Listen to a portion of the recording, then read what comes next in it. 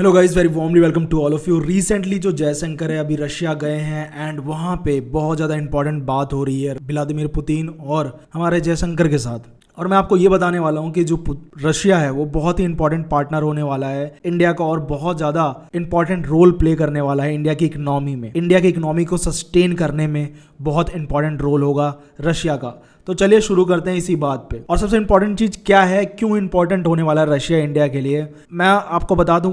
जो सबसे इंपॉर्टेंट चीज़ crude oil है वो आपको ही पता होगा। और आप देखेंगे क्रूड ऑयल जो है इंडिया ने इंपोर्ट किया है 48% of total crude oil import. Even though US जो है 100% टैरिफ की बात कर रहा है, उसके बावजूद भी इंडिया जो है रशिया से 48% जो है क्रूड ऑयल इंपोर्ट कर रहा है। अगर आप डेटा देखेंगे तो वो डेटा हो चुका है 2.5 मिलियन बैरल पर डे हो चुका है और ये जो है सबसे हाईएस्ट है रशिया से तेल लेने में। वहीं देखें इंडिया और रशिया की जो ओवरऑल ट्रेड है वो 8% के आसपास जो है वो बढ़ती ही जा रही है। तो इसका मतलब बहुत गुड साइन है इंडिया रशिया के रिलेशन के। एंड रशिया का इंपॉर्टेंट रोल है इंडिया की इकोनॉमी को सस्टेन करने में, क्योंकि अगर हम क्रूड ऑयल रशिया से नहीं खरीदेंगे तो हमारे पास कोई ऑप्शन ही नहीं बचेगा। क्रूड ऑयल और ज़्यादा महंगा हो जाएगा और हमारे देश के अंदर और ज़्यादा इन्फ्लेशन जो है बढ़ता ही चला जाएगा और अराजकता जो है, एनार्की जो है वो क्रिएट हो सकती है हमारे देश के अंदर अगर इन्फ्लेशन बहुत ज़्यादा होता है इंडिया के अंदर। क्योंकि लोग जो है रोड पे भी आ जाते हैं, आपको पता ही है, छोटी छोटी बात पे। और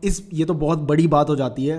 अगर वहीं देखें, पुतिन ने ये भी बोला है कि वो फर्टिलाइजर जो है इंडिया को हमेशा प्रोवाइड करते रहेंगे। और मैं आपको बता दूं फर्टिलाइजर, आप देखेंगे फर्टिलाइजर जो है वो बहुत महंगा होने वाला है और शॉर्टेज होने वाली है। क्यों? क्योंकि जो फर्टिलाइजर जो बनाया जाता है क्रूड ऑयल से ही आता है और आपको पता है पूरी दुनिया के अंदर क्राइसिस चल रहा है।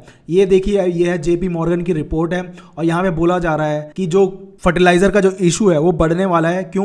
क्योंकि जो 42% जो यूरिया और 27% जो अमोनिया है वो एक्सपोर्ट करता है मिडल ईस्ट। और आपको पता है मिडल ईस्ट क्राइसिस में चल रहा है, ईरान पे वॉर डिक्लेयर हो चुकी है एंड ईरान और यूएसए ऑलरेडी लड़ाई में है। और ईरान जो है ऑलरेडी टारगेट कर रहा है जितनी मिडल ईस्ट कंट्रीज को, चाहे वो सऊदी अरेबिया हो या कतर हो या कोई भी कंट्री हो। मैं आपको दिखाता हूँ डेटा कैसे, कितना रोल है इनका इंपोर्ट में। अगर आप ध्यान से देखेंगे ये वाला जो रोल है ना, ये 9.3% ये कतर से आता है। पूरे वर्ल्ड का जो फर्टिलाइजर वाला हिस्सा है 7.1% सऊदी अरेबिया करता है, 5% ओमान करता है। अदर मिडल ईस्ट जो कंट्रीज हैं वो 4.8% कर दी हैं। वहीं ईरान देखेंगे तो 8.4% है। जो वेस्टर्न यूरोपियन कंट्रीज हैं या जो अदर कंट्रीज है वो काफी कम क्वांटिटी में उनका रोल है। चाइना भी 8.2% के आसपास करता है और रशिया जो है 18.5%। जो रशिया का बहुत ज्यादा इंपॉर्टेंट रोल होने वाला है। और मैं आपको बताता हूं कि इंडिया जो है फर्टिलाइजर कहां से कितना इंपोर्ट करता है। देखिए इंडिया ने कितना इंपोर्ट किया फर्टिलाइजर Q1 2026 के अंदर। अगर आप देखेंगे तो रशिया से सबसे ज्यादा किया है 27%। और रशिया जो है इंश्योर कर रहा है कि रशिया जो है प्रोवाइड करेगा फर्टिलाइजर को लंबे समय तक। और चाइना से भी आता है हमारा 15.43%। तुर्कमेनिस्तान से भी आता है 10% के आसपास। ओमान से आता है, मिडिल ईस्ट कंट्री 2 ही कंट्री से आता है, ओमान और कतर से। मैंने आपको बताया वर्ल्ड के अंदर ओमान का जो है वो 5% है और कतर का शायद 9% के आसपास है वर्ल्ड के अंदर प्रोडक्शन का। तो ये बहुत इंपॉर्टेंट होने वाला है रशिया, क्योंकि रशिया का बहुत इंपॉर्टेंट रोल जो है वो क्रिएट हो चुका है। और वहीं पे बात किया जाए न्यूक्लियर पावर सेक्टर की, तो रशिया जो है न्यूक्लियर पावर सेक्टर में भी बहुत बड़ा रोल प्ले करने वाला है। अगर मैं बता दूं, कुदन-कुलाम न्यूक्लियर कॉर्पोरेशन जो है रशिया के साथ इंडिया का चल रहा है